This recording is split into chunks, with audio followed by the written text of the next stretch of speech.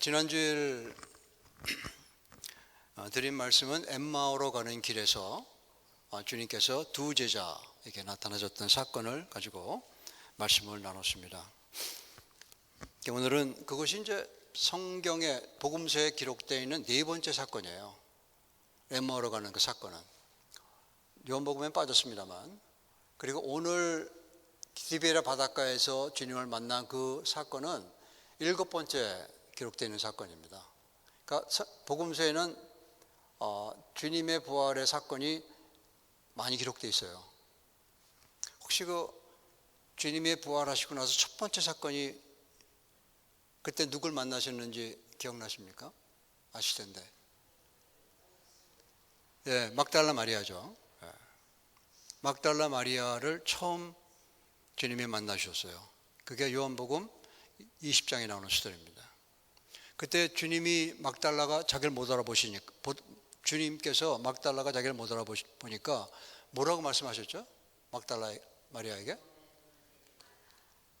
그거는 예, 그거는 그 다음에 스토리고, 세 번째인가 그래요. 마리아라 그랬어요. 마리아. 이름을 부르신 거예요. 그 이름이 굉장히 우리의 그 깜깜한 어두운 우리의 영혼을 깨는데 이름이 굉장히 중요한 거죠. 그러니까 이름을 다 갖고 이렇게 사시면서 그 이름을 누가 불러줄 때 굉장히 우리는 마음 가운데 평강을 얻게 되는 겁니다. 그리고 깜깜했던 눈이 활짝 열리게 되는 거예요. 오늘은 일곱 번째 나타나신 그 사건, 여기는 7명의 제자들이 나타나고 있어요. 아까 우리가 2절에서 읽었듯이 시몬 베드로를 위시한 6명의 제자들이에요. 나다나엘 나오죠? 도마, 세베대 아들 요한과 야고보죠. 그리고 또 다른 제자들이 있었다 그랬어요. 아마 안드레가 하나 거기 들어갈 것 같아요. 빌립과 안드레가 여기 들어갈 것 같은데 이름이 없습니다. 여기는 두 제자라고 했고요. 나다나엘이 사실은 그 주님의 12사도 중에 하나인데 그 공관복음서는 다른 이름을 사용하고 있어요. 나다나엘도 주님의 사도들 중에 한 사람이었습니다. 오늘 읽은 말씀 중에서 아주 중요한 단어가 나타나는데요. 그 단어가 그 6절에 한번 나타나고 8절에 한번 나타납니다. 6절 올려드릴게요. 여기 나오는 단어하고 8절에 나오는 단어하고 공통되는 중첩되는 단어가 하나가 있어요. 그게 뭘까요? 다시 한번 보여드릴게요.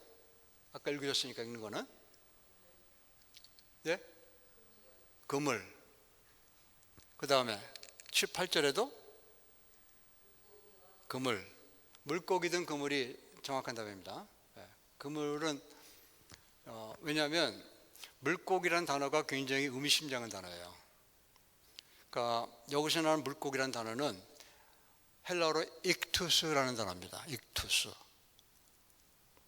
그 초대교회 때 성도님들은 엄청 핍박을 받았기 때문에 내가 크리스천이란 걸 정체성을 노출시킬 수가 없었어요. 노출시키는 즉시 죽고나는 거거든요. 그러니까 믿는 자들끼리 안에만 공통적으로 알고 있는 하나의 표시가 있었는데 그게 물고기라는 단어예요. 근데 익투스라는 단어는 살아있는 물고기를 얘기하는 단어예요. 그러니까 살아있다는 의미가 주님, 부활하신 주님이 살아있다는 하고 똑같이 겹치게 되는 거죠. 근데 익투스라는 단어를 하나하나 떼어놓고 보면 예수 그리스도 our God이라는 뜻이에요. 예수 그리스도 우리의 하나님. 그 다섯 개의 그게 하나, 그 첫 뜻을 따갖고 이렇게 붙이는 걸 영어로 아크로님이라고 그래요. 두 문자라고 그러죠. 꼭대기 첫 번에 있는 그 단어 뽑아서 하나의 문장을 만들면 의미가 되는 거. 아크로님이라고 하는데 우리말로는 두 문자라고 그래요. 그러한 단어가 물고기라는 단어입니다. 그리고 물고기라는 단어가 또 나와요. 여기 생선이라고 번역이 되어 있죠. 이것도 물고기예요. 이거는 죽은 물고기. 그러니까 숯불에 놓여있다 그랬죠. 먹기 위해서 이미 죽은 물고기를 이거는 옵타리온이라고 그래요. 그러니까 이런 이제 번역에 따라 조금 다른데 이 물고기하고 이 물고기는 다른 겁니다. 생선하고 물고기는. 여기는 엄청난 그 초대 성도들이 갖고 있었던 아픔이 담겨져 있는 단어예요. 어마어마한 예수 믿는 것 자체가 사형당할 수 있는 죄였기 때문에 그런 거예요. 그러니까 이거는 그 당시에 초대교회 성도님들끼리 어떤 그림 언어랑 똑같은 거예요. 코바디스 도미니 아마 보셨을 거예요, 옛날에. 그러면 그 리기아라고 그 왕의 딸이죠. 뭐 포로가 되어 왔지만 그 마르쿠스 사령관이 접근하니까 고기를 그리잖아요. 근데 마르쿠스는 못 알아봐요. 로마 총사령관이었는데 못 알아보고 사랑을 고백하는데 이 리기아는 나의 사랑은 여기 있다는 거예요. 예수 그리스도. 결국 나중에 마르쿠스도 예수님 믿고 순교까지 갔다가 살아나죠. 영화 자체는 스토리는 그렇게 됩니다. 4절 보시겠습니다. 날이 새어간다 그랬죠. 근데 고기는 한 마리도 못 잡았어요. 보세요. 고기가 한 마리도 못 잡았잖아요. 그죠? 예. 여기 5절에 보면 고기가 있느냐 주님 물어보시니까 없다. 4절에 이렇게 나오는 거예요. 날은 새어가고 날 샌다 그러잖아요. 밤새도록 노력을 했는데 한 마리도 못 잡으면, 어부들이 한 마리 못 잡으면 생산성이 없는 거 아니에요. 그날은 굶는 겁니다. 그리고 분명히 해변가에서 이들은 배에 있고 한 사람이 서 있는데 이게 누군지 몰랐던 거예요. 못 알아본 겁니다.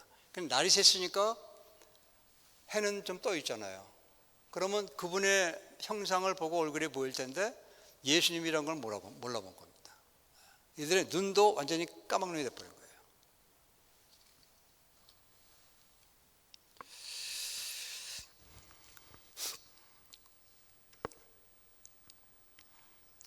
(8절에) 보시면은 예수님과 배 사이의 거리가 나오는데 50간이라고 되어 있죠. 한 50간. 이거는 큐빗이라고 그래요. 여기서부터 여기까지 거리를.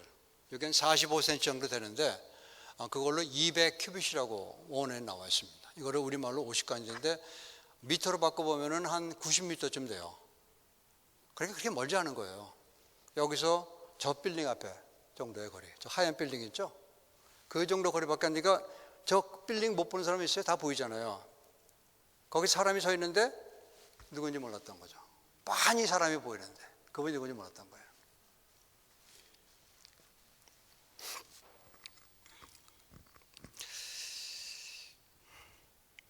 (12절) 한번 읽어보겠습니다. 보시겠습니다. 여기서 보시면 한번 읽어볼까요? 시작. 예수께서 이르시되 와서 조반을 먹으라 하시니 제 아들이 주님이신 줄 아는 거로 당신이 누구냐 감히 묻는 자가 없더라 그랬죠. 주님인 줄 알았다 그랬죠. 여기서 쓰는 안다는 단어가 굉장히 중요한 단어인데 이 앞에 아까 4절에 있었던 안다는 단어가 여기도 알지 못한다, 이 안다는 단어가 똑같은 단어를 쓰고 있는 거예요. 똑같은 동사인데 앞에서는 부정형으로 쓴 거고 모른다, 알지 못한다. 여기는 알았다는 형으로 긍정으로 쓴 거예요. 똑같은 단어인데 이 사건에 보면은 뭔가 이상하잖아요. 이 과정을 통과하면서 이들이 주님을 알아보지 못하던 제자들이 과정을 통과하면서 12절에 보니까 알았다는 거죠. 그거를 오늘 잠깐 살펴보려고 그래요. 지난주에 너무 오래 설교를 해갖고 50분 했더라고요, 설교를. 집에 가서 보니까. 오늘은 그렇게 길게 안 하려고 해요. 원 포인트로 짧게 말씀드리려고 합니다.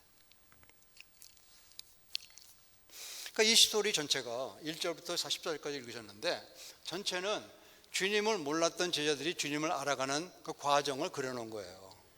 그게 굉장히 중요해요. 여기서 우리가 두 가지 특징을 나중에 말씀드리려고 그러는데 그 경위를 잠깐 보시겠습니다. 3절 말씀을 잠깐 보실까요?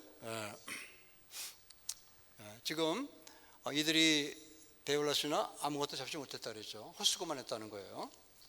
5절 말씀에 보시면 고기를 못 잡았다는 거죠. 그 다음에 6절 말씀 보면 주님이 뭐라고 그러죠? 이들한테 그물을 배 오른편에 던지라고 그러죠. 그랬더니 엄청난 물고기가 잡혔다는 거. 이게 익투스인데 이 고기가. 이 사건과 혹시 성경을 읽으시는 분들 다 읽으시니까 겹치는 그런 이미지가 없습니까? 성경에? 복음서에? 권사님, 겹치는 이것과 아주 흡사한. 사모님 뭐라고 그러셨어요? 그게 누가복음 5장에 나오는 스토리예요. 똑같아요. 한번 볼까요? 한번 읽어보겠습니다. 누가복음 5장 4절 6절 같이 읽습니다. 시작. 말씀을 마치시고 시몬에게 이르시되 깊은 데로 가서 그물을 내려 고기를 잡으라. 시몬이 대답하여 이르되 선생님, 우리가 밤이 맞도록 수고하시되 잡은 것이 없지만은 말씀에 의지하여 내가 그물을 내리리이다 하고 그렇게 하니 고기를 잡는 것이 심히 많아 그물이 찢어지는지라. 여기서도 물고기라는 단어가 익투스라는 단어입니다. 이 사건하고 이거는 주님 시작할 때예요. 그러니까 한 3년 전쯤입니다. 지금 주님께 부활하셨으니까 3년 반 정도, 3년쯤 될 때 준비기가 있었기 때문에 주님도 한 6개월 정도. 그때 사건이 지금 3년 후에 똑같이 일으키신 거예요. 감이 잡히시죠 이제? 왜 요한이 주님이시다는 번뜩 생각이 들었을까? 깜깜했었는데. 요한이 그러거든요. 베드로한테 7절 사랑하는 제자는 요한입니다. 요한이 베드로에게 주님이시다 외친 거예요. 그러니까 주님인 걸 알아본 거죠. 알아보지 못했다가 알아본 겁니다. 그 알아본 것과 알아보지 못한 그 사이에는 3년 전에 있었던 사건과 똑같은 사건을 주님이 연출하신 거예요. 그래서 주님이 나다, 나 예수 그리스도야, 나 몰아보니 이렇게 하지 않으신 거예요. 이들에게 있던 생생한 기억, 3년 전이지만 생생합니다. 그 기억에. 그 기억과 똑같은 사건을 연출하시면서 주님이 주님이신 것을 알아보게 된 거예요. 주님 놀랍죠. 저 여러분이 주님이 주님인 걸 못 알아볼 때 주님이 이렇게 하시는 거예요.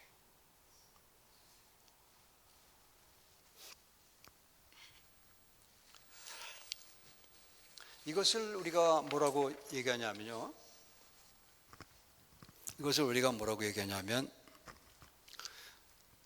연상작용이라고 하는 거예요. 어소시에이션. 우리의 인간은 누구나 다 그걸 갖고 있어요. 어소시에이션을. 그러니까 지금 일어나는 사건이 너무 흡사하면 옛날에 일어났던 그 사건과 겹쳐서 나는 거예요. 한국말에도 자라에 놀란 가슴, 소뚜껑에 놀란다 그러잖아요. 비슷하니까. 그게 우리 인간이 갖고 있는 아주 그 동물에게는 없는 그런 독특한 하나님이신 하나님의 이미지란 말이에요. 주님이 그걸 사용하신 거예요. 그걸 사용하셔서 저희들이 주님이 부활하신 주님인 걸 꿈에도 생각 못하고 있던 저희들이 부활의 주님인 걸 알게 하신 겁니다. 그 과정을 통해서. 주님이 소위 오이다 영이라고 하는데 안다는 거, 알게 하는 그런 눈을 반짝 뜨게 하신 것을 주님은 그런 식으로 우리에게 있는 것 가지고 사용하셔서 우리로 하여금 부활의 주님을 알게 하신 거예요. 놀랍죠? 이 제자들은요, 지난주에 잠깐 봤지만은 그 여인들에게서 이미 보고받은 사람들이에요. 빈 무덤에 대해서 얘기 듣고 천사들의 메시지를 통해서 주님이 부활하셨다는 소식을 들었던 사람들입니다. 베드로가 그 현장에 있었잖아요. 가서 보고 왔거든요. 베드로는 아무것도 없다, 진짜 빈 무덤이다. 그런데 이 사람들이 아까 4절에서 보듯이 주님이 앞에 서 계시는데 못 알아보고 있는 거예요. 그러니까 그런 보고를 통해서 이 사람들의 마음 가운데 주님을 알아볼 수 있는 마음이 안 열리는 겁니다. 그러나 이들이 주님이 하셨던 그 사건과 겹치는 사건을 통해서 들어서 요한이 막 소리친 거예요. 그러니까 주님께서 이들 속에 있는 기억을 통해서 주님이 주님이신 것을 알게 하셨던 것이죠. 그러니까 주님께서 십자가에 못 박히시고 부활하신 주님을 알아보고 못 알아보고 하는 그 과정을 통해서 보면 두 가지 특성이 나타납니다. 주님의 죽음과 주님의 부활은 두 가지 특성을 같이 갖고 있는 거예요. 하나는 지속성이에요. 주님이 십자가에 못 박히실 때 그 주님이 부활하신 주님과 똑같은 거예요. 그분이 그분이죠. 그분의 손에 못자국이 있거든요. 살아계신 부활하신 주님의 손에.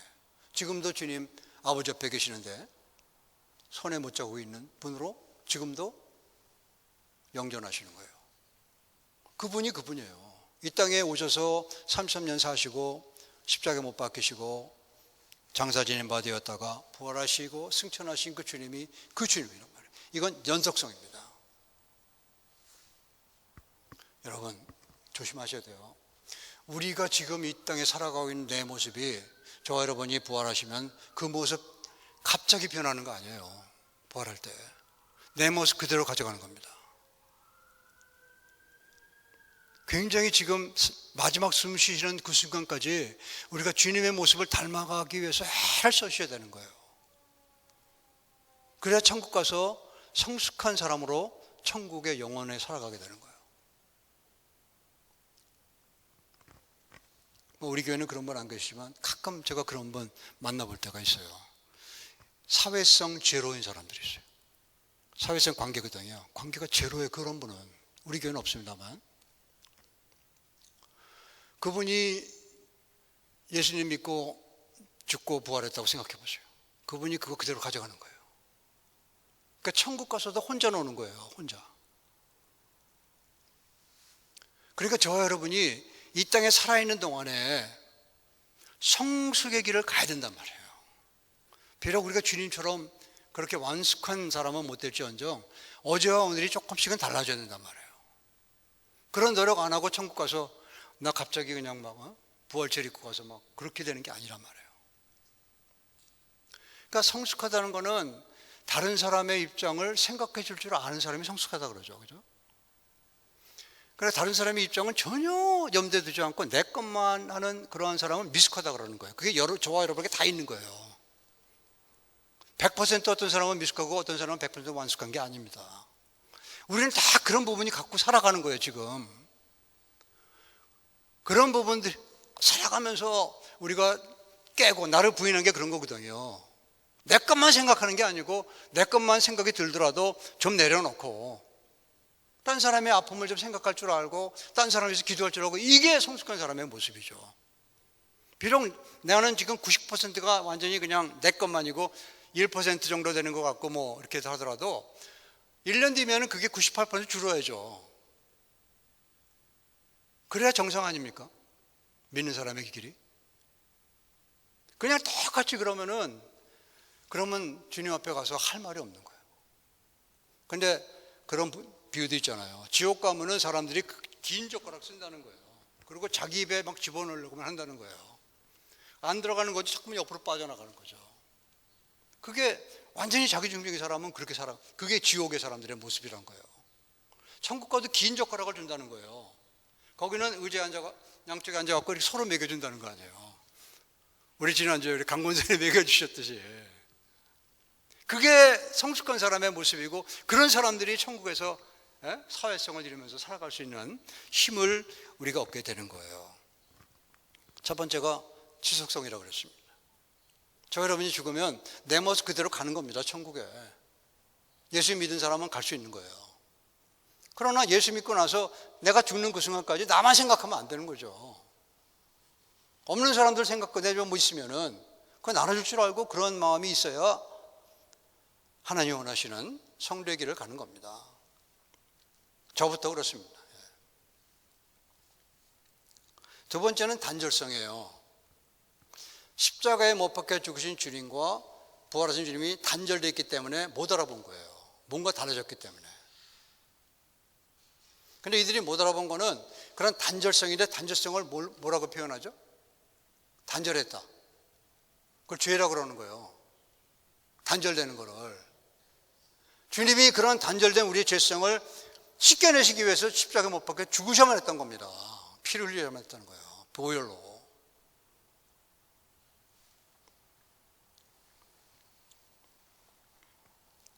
그래서 우리는 이게 참 하나님의 논리이기 때문에 우리가 이해하기 힘든데, 똑같은 주님이면서 다른 주님 아니에요. 그죠? 같으면서 다른. 이게 삼위일체 논리예요. 하나님의 논리입니다. 우리의 논리로는 설명이 안 되는 거예요. 주님이 하나님이시면서 하나님 아니시잖아요. 그게 성경의 논리예요. 그러니까 우리가 신학으로 막 풀려고 그러면 꼬여갖고 이단으로 빠져버리는 거예요. 주님을 그대로 받아들여야 되는 겁니다. 그 모습. 주님 만난 사람들은 주님이 하나님인 걸 알아요. 만나지 못한 사람들이 잠깐만 머리를 굴려갖고 막 여기저기 막 하니까 이게 이해가 안 되는 거죠.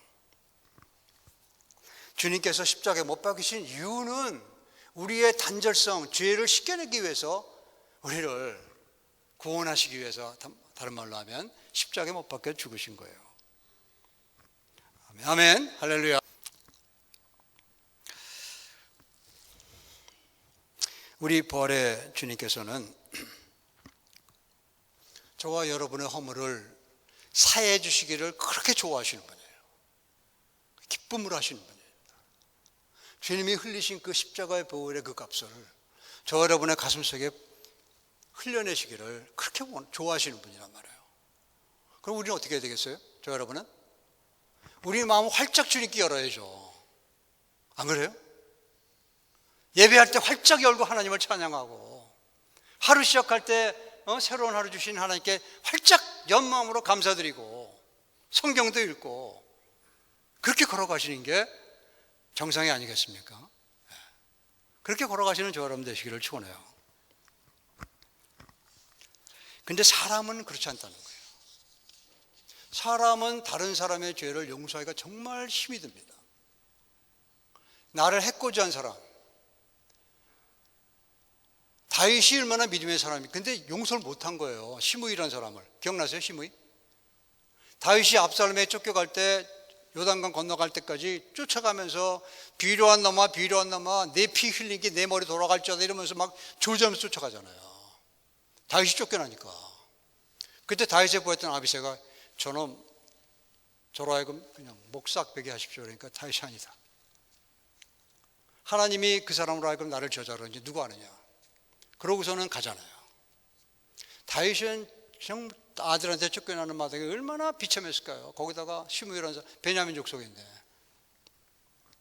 근데 다윗이 오면서 이런 승리해갖고 이겨갖고 압살롬 죽고 건너오는데 시므이가 쫓아와요. 보세요.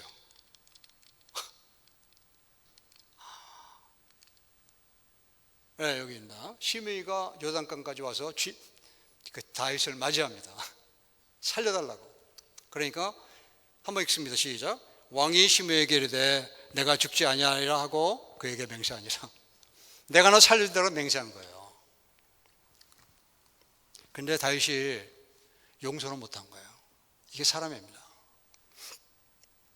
다윗이 이때가 60세쯤 됐을 때예요. 이 얘기를 합니다. 다윗이 죽을 때, 70세 죽을 때. 한번 읽어보겠습니다. 시작.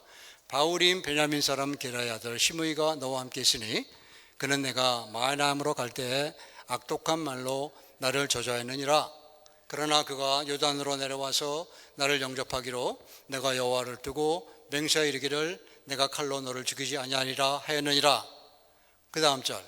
그러나 그를 무죄한 자로 여기지 말지어다. 너는 지혜 있는 사람이므로 그에게 행한 일을 알지니 그 백발이 피 가운데 수월에 내려가게 하라. 이건 아들 솔로몬한테 부탁하고 죽는 거예요. 예언으로. 그러니까 다윗이 시므이를 그때는 안 죽였어요. 그러나 시므이를 용서하지 못한 거예요. 이게 인간의 한계입니다. 그래서 저희가 사람과 사람 사이에 상당히 조심해야 되는 거예요. 말, 행동을. 내가 한마디 뱉으면요, 시므이 같이, 그러면 그 사람 마음 가운데 새겨져 갖고 그 사람이 용서 못하게 되는 거예요. 이것이 인간의 한계예요. 아무리 성자도 용서 못하는 겁니다. 다윗이 용서 못했는데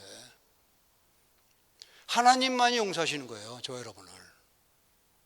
우리 주님만이 피 흘리신 그 피로 저 여러분의 죄를 사해 주시는 거예요. 그래서 저 여러분이 하나님께 활짝 마음을 열어야 되는 거예요. 그렇게 살아가야 되는 겁니다. 그분만이 우리를 용서할 수 있기 때문에 그런 거예요. 구약에도 비슷한 제도가 있었어요. 아버지의 마음, 하나님의 마음을 우리가 읽어볼 수 있는, 그걸 도피성 제도라고 합니다. 도피성. 그거는 도피할 수 있는 성을 주신 거예요. 대개는 레위족 속에 사는 성이에요. 그 사람을 보호해 주는 거예요. 사람을 죽였는데 실수로 죽인 사람이 있거든요. 의도하지 않고 안 하는데 뭐 돌을 들었다가 떨어뜨리는데 그게 맞아가고 죽든 이런 경우. 그런 분들은 죽이지 못하게 도피성을 해갖고 가까운 데에. 그래서 여러 군데 세워놨습니다. 머문 못 가니까, 도망가다 죽으니까. 그게 도피성이 바로 하나님의 마음인 거예요. 저와 여러분이 실수로 뭘 잘못한 거 하나님이 용서해 주십니다. 용서해줘요. 어떤 것정도라도. 의도적으로 한 것만 아니면. 의도적으로 저 사람 죽여야지 이러면 큰일 나는 거예요. 용서 못 받습니다.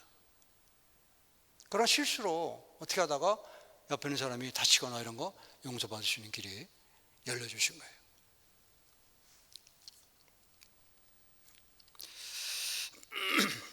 오늘 그 말씀을 통해서 보면은 우리 주님만이 저와 여러분의 죄를 사하시고 허물을 씻겨주시는 분이 오직 주님밖에 없다는 사실을 명심하시고 1년 내내 부활의 주님을 바라보며 그분 붙들고 걸어가시는 저와 여러분 되시기를 축원합니다.